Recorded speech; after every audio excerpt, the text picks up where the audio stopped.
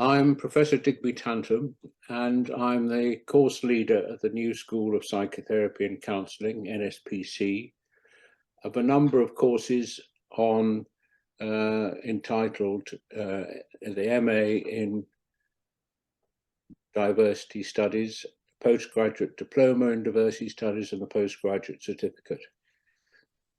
And the purpose of these courses is to understand more about the impact of discrimination against diverse other people, and perhaps even more importantly, something that isn't looked at often enough maybe, why that discrimination continues, even though all of us know how painful and upsetting it is, and it can even be the source of hatred and conflict and a basis for unlawful killing.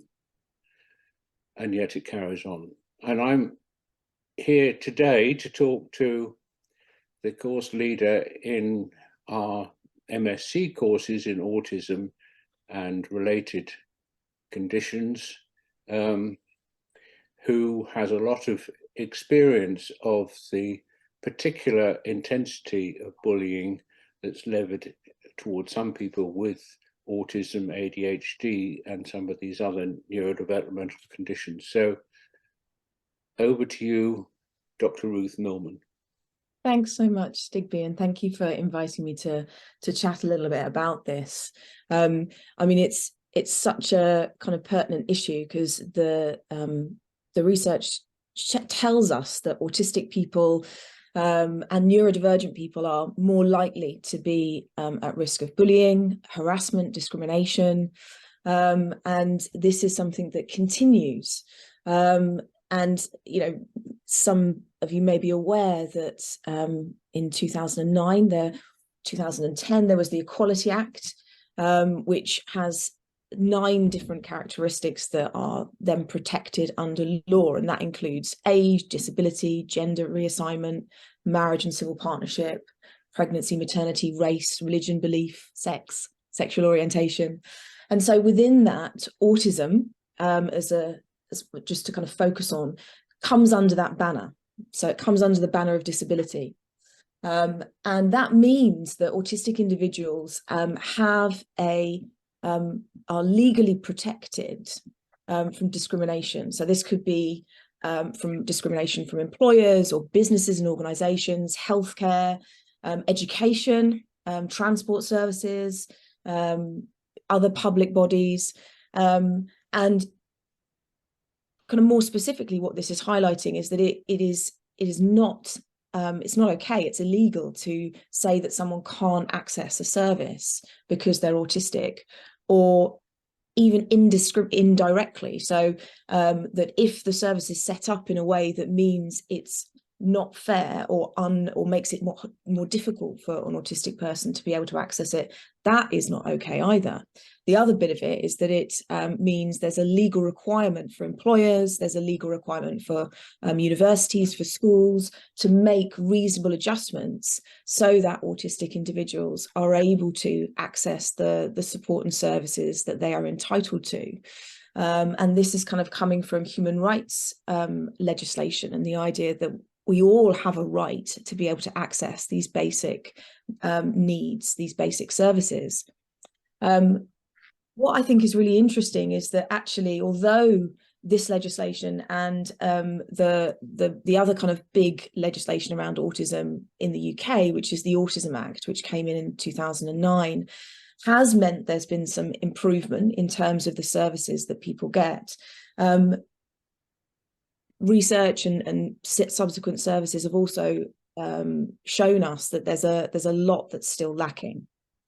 And one of the surveys that was recently done by the National Autistic Society said that kind of post the Autism Act, 2 in 3 autistic adults were not getting the support, were not getting the services that they needed.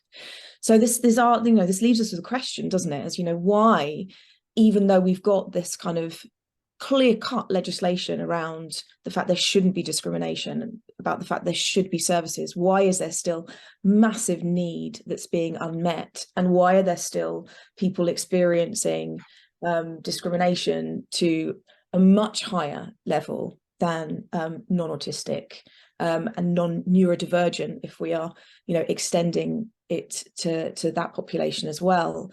And I think there's a number of things, as ever, when it comes to this.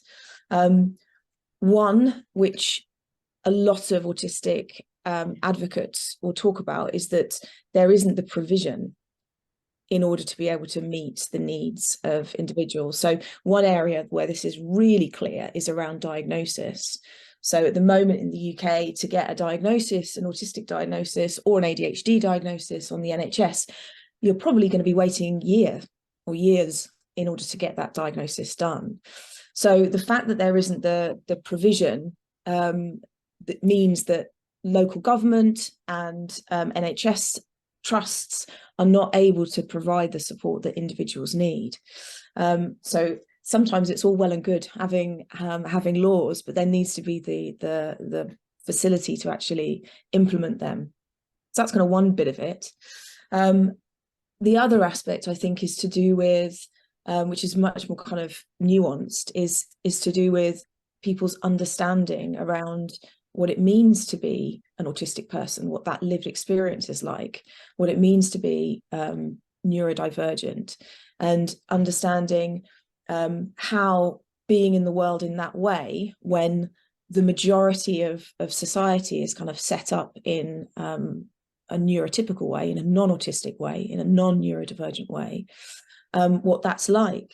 And lots of neurodivergent people will talk about the kind of experience of being othered, the experience of being pushed out, or of being ignored, or of being ostracized, made fun of, because they are seeing things differently, they're experiencing the world differently.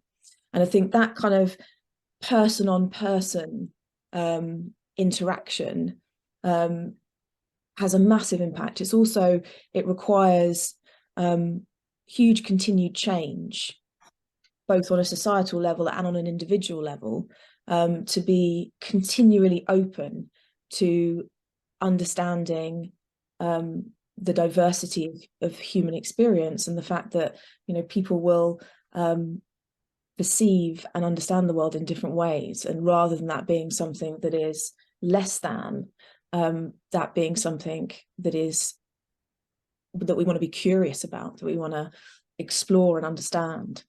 And in the neurodivergent community, there's another kind of layer of all of this stuff as well, which is the fact that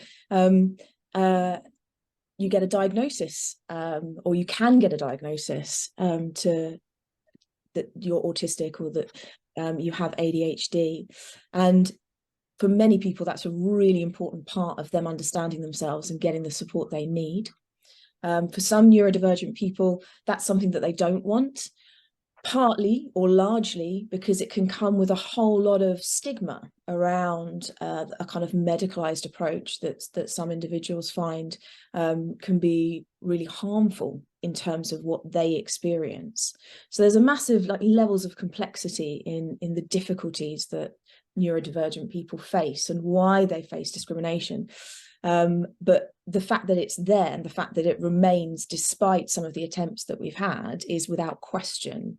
And there's been some autistic and neurodivergent researchers who have looked into this area, and one in particular highlighted how autistic people experience what's called the minority stress model, which means that because of being a minority, because of being autistic, they'll experience discrimination and stigma, which has an impact on their mental and physical health.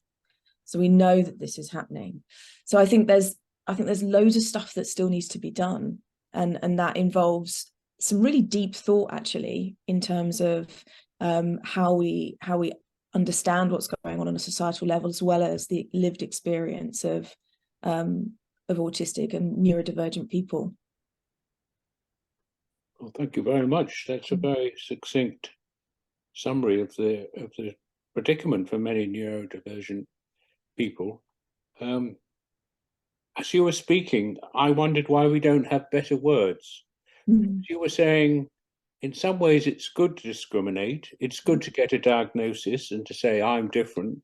I have autism, but then that so often leads to, as you pointed out, to stigma or bullying. In a study we have Department of Education statistics, we found that seven times more young people, 13-year-olds with autism, were bullied than children with no diagnosis, and that was the worst example of bullying. Children with emotional and behavioural disorders, who stir people up a lot, were less often bullied. Kindly, quiet, autistic people, well, not always kindly, but quiet, got bullied more. So we need another word, don't we, for discrimination that implies discrimination for the purposes of harm. I don't know how you mal-discrimination, in a sense. It's picking somebody out to be different, discrimination. That might be good if it leads to benign action, but more often than not, it unfortunately leads to some kind of ostracism, exclusion, misunderstanding. But we don't even have the words, let alone know as a society how to deal with them. Absolutely. I mean, I think, this gets to the real, or one of the kind of nubs of the issue, isn't it? Is that, in order to, how people are will vary depending on a whole range of things. And in order to kind of understand them, we create labels to be able to represent the differences that there are within humanity. And yet the nature of kind of human ways of being is that when something has been put into a category, we can often feel othered, we can feel different, because it's because the very reason that we put it into this category. And so I think I totally agree with you. I think there's this really tricky kind of tension, or there's this kind of dilemma for us in terms of how can we acknowledge the difference and acknowledge the whole variation, as well as without then leading it into something that becomes negative. Thank you so much. So trying to understand the roots of mal-discrimination, of harm that we do to people who are diverse from us, is really the underpinning of our courses on diversity studies. And those of you who are interested could contact me for further details. I'm, as I say, Digby Tantam at digby@nspc.org.uk will find me. And if any of you were fascinated by what Ruth had to say about autism and neurodivergent conditions and wanted to find out more about her courses, you can contact her at ruth.millman@nspc.org.uk. And thank you, Ruth, for your time today. Thank you.